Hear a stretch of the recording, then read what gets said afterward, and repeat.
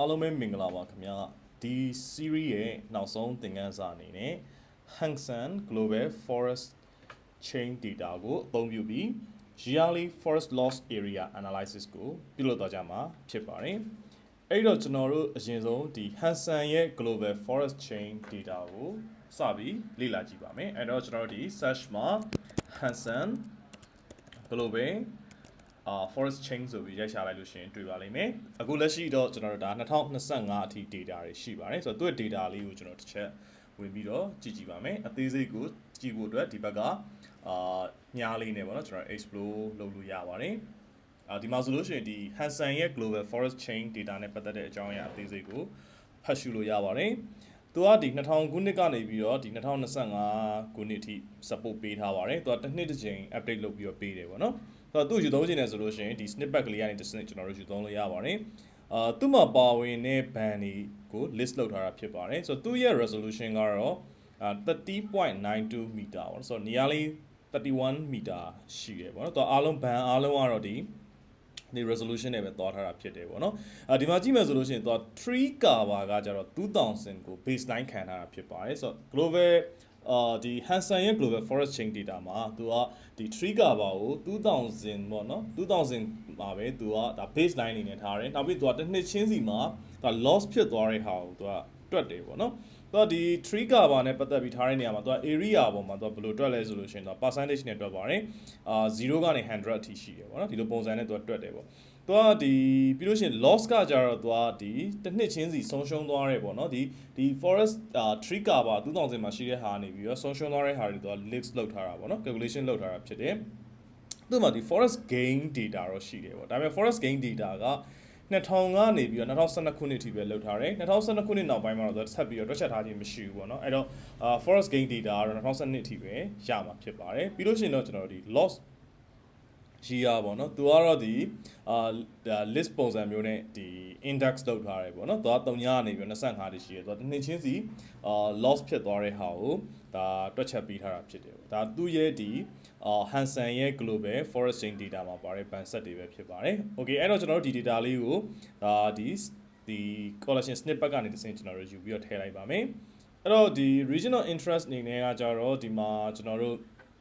မြစ်ဆုံရဲ့ watershed area ကိုထည့်ထားပါတယ်ဒါတော့ကျွန်တော်တို့ဒါ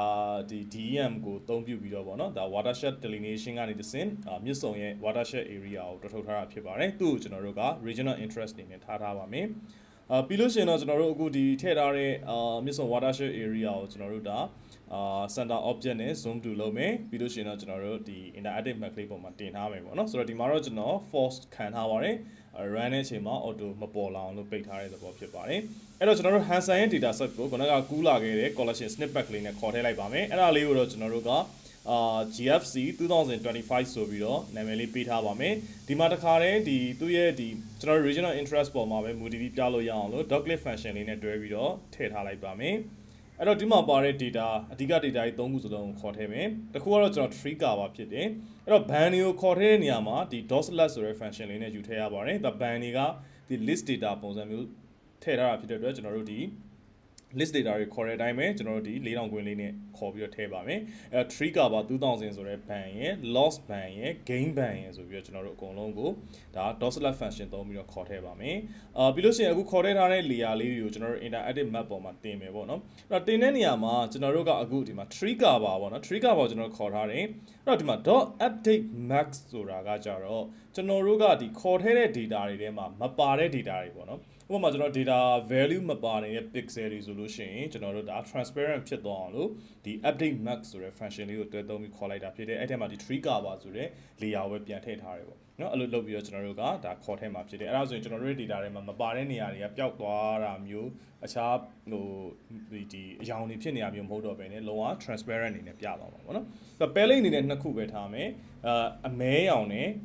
အစိမ်းရောင်နဲ့ပေါ့နော်အမဲရောင်ဆိုတာကကျွန်တော်တို့ပြောရင်တော့0%ပေါ့နော်0%အနှိမ်ဆုံးက black အမြင့်ဆုံးက green ဆိုတဲ့ပုံစံမျိုးလေးနဲ့ပြမှာဖြစ်ပါတယ်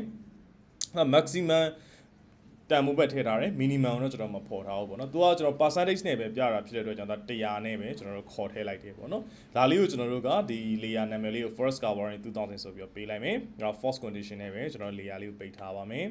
ပြီးလို့ရှိရင်ကျွန်တော်တို့ဒီ loss layer ကိုကြာတော့လေဒီအပေါ်ခေါ်ထည့်တဲ့အတိုင်းပဲပေါ့နော်ဒါ loss layer မှာတော့ကျွန်တော်တို့က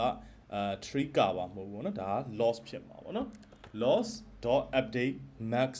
loss ပေါ့နော်ဒါနဲ့ကျွန်တော်တို့ခေါ်ထည့်ပါမယ်ပြီးလို့ရှိရင်သူ့ကိုတော့ကျွန်တော်တို့ကဒါလေးကိုအနီအောင်ပေါ့နော်ဒါ loss ဖြစ်သွားတဲ့ area တွေအနီအောင်လေးနဲ့ကျွန်တော်တို့ဒါပြပါမယ်Okay ပြီးလို့ရှိရင်ကျွန်တော်တို့ဒါ gain ကိုလည်းဒါ gain ရဲ့ layer လေးခေါ်ထည့်မယ်နော် gain.update max gain နဲ့ကျွန်တော်တို့ခေါ်ထည့်ပါမယ်ပြီးတော့ဒါလေးကိုတစ်ချက်ကျွန်တော်တို့ run ကြည့်ပါမယ်ကျွန်တော်တို့ layer လေးတစ်ခုချင်းစီဖွင့်ကြည့်မယ်ပေါ့နော်ဒါလေးကကျွန်တော်တို့ဒါမြစ်ဆုံရဲ့ watershed area ဖြစ်မယ်ပြီးလို့ရှိရင်ဒါလေးကတော့ forest ကပါပေါ့နော်ဒါဒီထဲမှာရှိတဲ့ကျွန်တော်တို့နောက်တော်တော်မရှိတဲ့နေရာဆိုလို့ရှိရင်တော့သူကအမဲနဲ့ပြနေပြီးတော့ဒီဟိုပေါ့နော်ကျွန်တော်တို့ဒီအပေါ်မှာဒီ data မရှိတဲ့နေရာတွေဆိုတော့သူကဒါ transparent ပုံစံမျိုးဖြစ်နေမှာပေါ့နော်ဆိုတော့ဒီအောက်ကကျွန်တော် watershed layer လေးကိုတစ်ချက်ကျွန်တော်ပေးလိုက်မယ်ပြီးလို့ရှိရင်ကျွန်တော်တို့ဒီအပေါ်ကloss ဖြစ်တဲ့နေရာလေးတစ်ချက်ကြည့်ကြည့်မယ်ပေါ့နော် loss ဖြစ်တဲ့နေရာလေးအဲ့တော့သူက loss ဖြစ်တဲ့နေရာလေးဒါဒီလိုအနီအောင်လေးနဲ့ကျွန်တော်တို့ပြမယ်ပေါ့နော်နောက်တစ်ခုကကျွန်တော်တို့ forest gain ပြန်ဖြစ်တဲ့ data ကိုသူကတော့2012ခုနှစ်ထိပဲဒါရှိတယ်ပေါ့နော်ဒီမှာဆိုရင်ဒါကျွန်တော်တို့ဒါပြန်ဖြစ်တဲ့တော့ပြန်ဖြစ်တဲ့နေရာလေးတွေပေါ့နော်ဒီအပြာလေးတွေဆိုရင်ဒါတော့ပြန်ဖြစ်တဲ့နေရာလေးအဖြစ်ကျွန်တော်တို့တွေ့ရမှာဖြစ်ပါတယ်ဟုတ်ပြီအဲ့တော့ကျွန်တော်တို့အခုဒီ yearly forest loss data ကိုကျွန်တော်တို့ပြန်ပြီးတော့ပေါ့နော်check လေးထုတ်ပြီးတော့ကျွန်တော်လေ့လာကြည့်ပါမယ်အဲ့တော့ check ထုတ်ဖို့အတွက်ဆိုလို့ရှိရင်အရင်ဆုံးသူ့ရဲ့ဒီarea ကိုကျွန်တော်တို့တွက်ထုတ်ဖို့လိုပါတယ်အဲ့တော့ကျွန်တော်တို့ကအခုဒီ loss ပေါ့နော် loss data ကိုကျွန်တော်တို့ကဒီ multiply e.image pixel area ကို e.image pixel area ဆိုတာကကြတော့ဒီ pixel တွေရဲ့ area ကိုသူကဒါတွက်ချက်ပေးတာဖြစ်တယ်ပေါ့နော်ဆိုတော့အခုမှကျွန်တော်တို့ကဒီ pixel size က 30.92 ရှိတယ်အဲ့ဒါကိုမှသူ့ရဲ့အရေအတွက်နဲ့မြောက်လိုက်တယ်ဆိုလို့ရှိရင်ဒါ 30.92 pixel တစ်ခုချင်းစီ 30.92 မီတာရှိတယ်ဆိုရင်သူ့ရဲ့ area ဒီဒါကျွန်တော်တို့ဒီ 30.92 မြောက်ပြီးတော့ရလာတဲ့ meter square ပေါ့အဲ့ဒါကိုမှကျွန်တော်တို့ကဒါသူ့ရဲ့ pixel count နဲ့မြောက်လိုက်မယ်ဆိုလို့ရှိရင်စုစုပေါင်း area ဘယ်လောက်ဆိုပြီးထွက်မယ်ပေါ့ဒါထွက်လာတဲ့ unit ကတော့ကျွန်တော်တို့ဒါ meter square နဲ့ထွက်လာမှာပေါ့နော်အဲ့ meter square ကိုမှကျွန်တော်တို့ကဒီတသန်းနဲ့ကျွန်တော်တို့စားလိုက်တယ်ဆိုလို့ရှိရင်เนาะဒါ header အဖြစ်ကျွန်တော်တို့ပြောင်းလိုက်တာပေါ့ဒီမှာတော့တစ်ခါတည်းကျွန်တော်တို့ area ကို header အဖြစ်ပြောင်းလိုက်ပါမယ်ဟုတ်ပြီဒါကကျွန်တော်တို့ကဒီ2000ဒီပေါ့เนาะကျွန်တော် loss ဖြစ်တဲ့စုစုပေါင်းဒီ25နှစ်တွင် loss ဖြစ်တဲ့ area တွေအားလုံးတော့ပေါင်းပြီးကျွန်တော်တို့က header အဖြစ်တွက်ထုတ်လိုက်တာပေါ့ဒါပေမဲ့ကျွန်တော်တို့တစ်နှစ်ချင်းစီလေးတွေပြန်ပြီးတော့လိုချင်တယ်ဆိုလို့ရှိရင်ဒါကိုကျွန်တော်တို့ပြန်ပြီးတော့တွက်လို့ရပါတယ်သူ့ရဲ့ဒီ Hansen ရဲ့ global forest chain data မှာသူက loss year ကိုလည်းသူ list လုပ်ထားတာရှိရပေါ့နော်ဒီမှာဒါ loss year list လုပ်ထားတာလေးရှိပါတယ်အဲ loss year လေးကိုကျွန်တော်တို့ကဒါဆွဲပြီးတော့ခေါ်လိုက်မယ်ပြီးလို့ရှိရင်ကျွန်တော်တို့ကဒီကနကတွက်ထားရဲပေါ့နော် loss area image ပေါ့ကျွန်တော်တို့ header နဲ့ထွက်ထားတဲ့ဟာကိုမှတော့ကျွန်တော်တို့ add band loss year ပေါ့ loss year ဆိုတဲ့ band ကိုကျွန်တော်ဆွဲပြီးတော့ထည့်လိုက်တယ်အဲ့ဒါဆိုတစ်နှစ်ချင်းစီအတွက်ကျွန်တော်တို့ပြန်ပြီးတော့ဆွဲထုတ်လို့ရတယ်ပေါ့နော်ဒါလေးကိုတော့ကျွန်တော်တို့ကregister.sum နဲ့သွားလိုက်တယ်ဆိုလိုတာကကျွန်တော်တို့ကတစ်နှစ်ချင်းစီအတွက် data ကိုဆွဲထည့်လိုက်ပြီးတော့အဲ့တစ်နှစ်ချင်းစီရဲ့ data စုစုပေါင်းကိုကျွန်တော်တို့ကပေါင်းလက်အနေနဲ့ပြန်ယူမယ်ပေါ့ဒါလေးကိုတော့ကျွန်တော်တို့ကဒါ dot group ပေါ့နော် group ဖွဲ့လိုက်မယ်အဲ့တော့ group fee က1လို့ထားလိုက်တယ်ဘာလို့1ဖြစ်တာလဲဆိုလို့ရှိရင်ကျွန်တော်တို့ကဒီ loss year ဆိုတဲ့ကျွန်တော်တို့ရဲ့ဒီ image ပေါ့နော် image မှာကျွန်တော်တို့ကအခုဒီတစ်နှစ်ချင်းစီဒီဖြစ်တဲ့ loss year ဘန်ကိုကျွန်တော်ဆွဲထည့်လိုက်တယ်အဲ့တော့သူက list လုပ်တယ်ဆိုလို့ရှိရင်ဒီ group fee မှာ1ဒီကျွန်တော်တို့ကဒါ loss year ကိုကိုစားပြုတာဖြစ်တယ်အဲ့တော့ကျွန်တော်တို့က group fee 1နဲ့ထားလိုက်တယ်geometry ကတော့ကျွန်တော်တို့အခုဒီပေးထားတဲ့မြစ်ဆုံရဲ့ watershed area regional interest hour ပဲထားတယ်scale ကိုတော့ကျွန်တော်30ပဲထားလိုက်ပါတယ် maximum pixel က 1e9 ပေါ့နော်ဒါလေးကိုကျွန်တော်တို့ကဒါ print ထုတ်ကြည့်လို့ရပါတယ်ဆိုတော့ဒါတစ်နှစ်ချင်းစီအတွက်ကျွန်တော်တို့ loss ဖြစ်သွားတဲ့စုစုပေါင်းပမာဏပေါ့နော် header နဲ့ကျွန်တော်တို့မြင်ရမှာဖြစ်တယ်ဒါကကျွန်တော်တို့ဒါအကျန်းထုတ်တဲ့ဟာပေါ့နော်အကျန်းထုတ်တဲ့ဟာဆိုတော့သူ့မှာကျွန်တော်တို့ကဒီ data ကိုတစ်နှစ်ချင်းစီခွဲထုတ်တဲ့အဆင့်ပဲရှိသေးတယ်ပြီးတော့မှသူ့ကိုကျွန်တော်တို့ကဒါတစ်နှစ်ချင်းစီလေးတွေကိုကျွန်တော်တို့က key value အတွဲလေးပေါ့နော် key value pair ဆိုလို့ရှိရင်ကျွန်တော်တို့က dictionary data type ပြန်ပြင်ပေးရတယ်ပေါ့ dictionary data type ကလေးအတွက်ကိုဒီที่ကကျွန်တော်တို့က list လောက်ထားတဲ့အနေအထားပဲရှိသေးတယ်ပေါ့နော်အဲ့ဒါလေးကကျွန်တော်တို့ကနေပြီးတော့data ဒီ dictionary data type ပုံစံမျိုးပေါ့ key value အတွဲလေးနဲ့ပြင်ကျင်နေဆိုတော့ဒီ function လေးကိုကျွန်တော်ရေးလိုက်တယ်ပေါ့နော်start formatted ပေါ့နော်ဒါအရင်ဆုံးကျွန်တော် list လုပ်လိုက်တယ် e.list နဲ့ကျွန်တော် list တစ်ခုဖန်တီးလိုက်တယ်ပေါ့အဲ့မှာသူက loss by year ပေါ့နော်ဒီအပေါ်ကျွန်တော်တို့တွက်ထားတဲ့ loss by year ကို docker group ပေါ့ group တွေကိုဆွဲထုတ်တယ်သူက group ကကျွန်တော်တို့ဘာဖြစ်သွားလဲဆိုတော့အဲ့မှာ ကျွန်တော်တို့ဒီဒီပေါ့နော်ကျွန်တော် list data ပုံစံမျိုး group ထဲမှာကျွန်တော်တို့စုစုပေါင်းဘယ်လောက် header အထိloss ဖြစ်သွားရဲဆိုတဲ့ဟာကိုဖွဲ့ထားတဲ့ group လိုက်တော့ပြန်ပြီးတော့ထွက်လာမယ်ပေါ့နော်.mat function .mat သုံးနေဆိုတာကကျွန်တော် looping ပတ်တာပေါ့နော် loop ပတ်ပြီးတော့ကျွန်တော်တွက်လိုက်တယ်function el ဆိုပြီးတော့ကျွန်တော်တို့ကိုစားပြုပြီးထည့်လိုက်တယ်ပေါ့နော် function တစ်ခုကိုယ်ပိုင်တည်ဆောက်လိုက်တယ်အဲ့ဒီထဲမှာကျွန်တော်တို့က e.dictionary တစ်ခုပေါ့နော် dictionary data type တစ်ခုကျွန်တော်တို့ဖန်တီးလိုက်တယ်အဲ့ရနေ data ကဘယ်လိုပြန်ထွက်လာမလဲဆိုလို့ရှိရင်ကျွန်တော်တို့မှာက group ရဲ့ကျွန်တော်တို့က sum ဆိုတဲ့ပေါင်းလိုက်ကနှစ်ခုရှိတယ်။ group ရဲ့အောက်မှာကကြတော့ဒီ loss by year ပေါ့တစ်နှစ်ချင်းစီရဲ့ data ပဲမှာ2001 2002 2003ပေါ့နော်အဲ့လိုမျိုးကျွန်တော်တို့ပါတယ်ဒါ forest loss ဖြစ်နေတဲ့သူ့ရဲ့ကျွန်တော်တို့နှစ်လိုက်ပေါ့နော်နှစ်ကတန်ဖိုးတွေပေါ့ဒီဘက်မှာကြာလို့ရှင်ကြတော့ကျွန်တော်တို့ကနှစ်တစ်ခုချင်းစီလိုက်ဘယ်လောက်ထိ loss ဖြစ်သွားတယ်ဆိုတဲ့ဟာကိုပေါင်းထားတဲ့ပေါင်းလက်ရှိတယ်ဆိုတော့အဲ့နှစ်ခုတွဲပြီးတော့ကျွန်တော်တို့က value key value အတွဲပေါ့နော်အဲ့လို dictionary ပုံစံမျိုးလေးနဲ့ပြချင်တဲ့အတွက်ကြောင့်ဒီ .get function သုံးပြီး group ကိုကျွန်တော် .format ပေါ့နော်ဒီဟာကကျွန်တော်တို့2015 2016 2019 2001 2002အဲ့လိုမျိုးကျွန်တော်တို့ format ဖြစ်အောင်လို့ဒါဒီ expression နဲ့ကျွန်တော်တို့ပြင်လိုက်တယ်ပေါ့နော် .format ဆိုတဲ့ function သုံးပြီးပြင်လိုက်တယ်ပြီးလို့ရှိရင်ကျွန်တော်တို့က d.get sum ပေါ့နော် sum ဆိုတော့ကျွန်တော်ပြောတယ်နှစ်တစ်ချင်းစီရဲ့ပေါင်းလက်တွေကိုကျွန်တော်ယူလိုက်တယ်ယူပြီးသားလို့ရှိရင်ဒါကိုကျွန်တော် return ပြန်ထုတ်မယ်ပေါ့အဲ့တော့ကျွန်တော်တို့ကဒီimage တစ်ခုချင်းစီကိ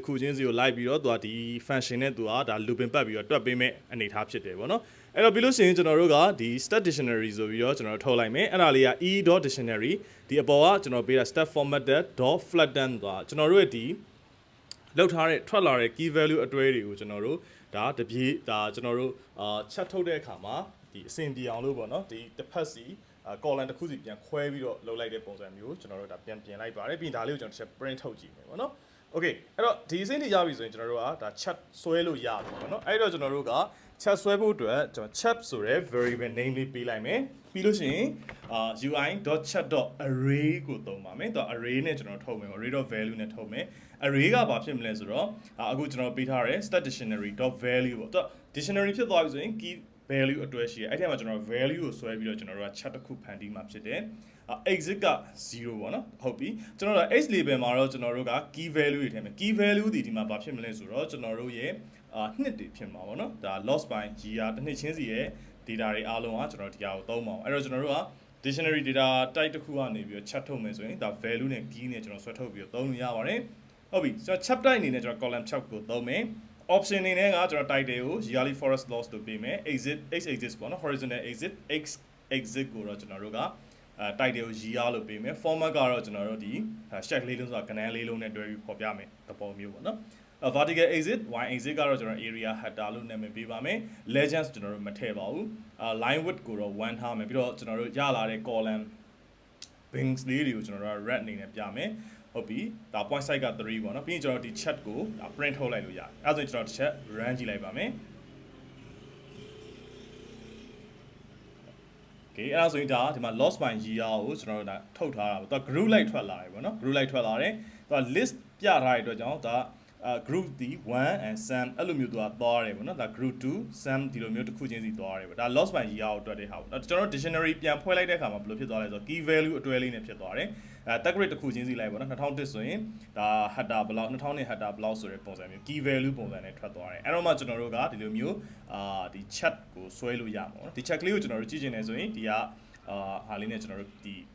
sample လေးကိုနှိပ်ပြီးတော့ကျွန်တော်ကြည့်လို့ရပါတယ်ဒီမှာဆိုရင်ဒါကျွန်တော်တို့နှစ်အလိုက်ပေါ့နော်ဒါ loss ဖြစ်သွားတယ်forest loss ဖြစ်တဲ့ပမာဏကိုဒါကျွန်တော်တို့ column chat လေးဆွဲထားတာဖြစ်ပါတယ်ကျွန်တော်တို့ဒီ horizontal exit မှာဆိုရင် year နဲ့ vertical exit မှာဆိုရင် area header နဲ့ဆွဲထားတာလေးဖြစ်ပါတယ်ဟုတ်ပြီကျွန်တော်တို့အခုဒီဆွဲဒါ chat ကိုဆွဲတယ်ပေါ့ပြီးလို့ရှိရင်ကျွန်တော်တို့ဒီ Google Engine မှာ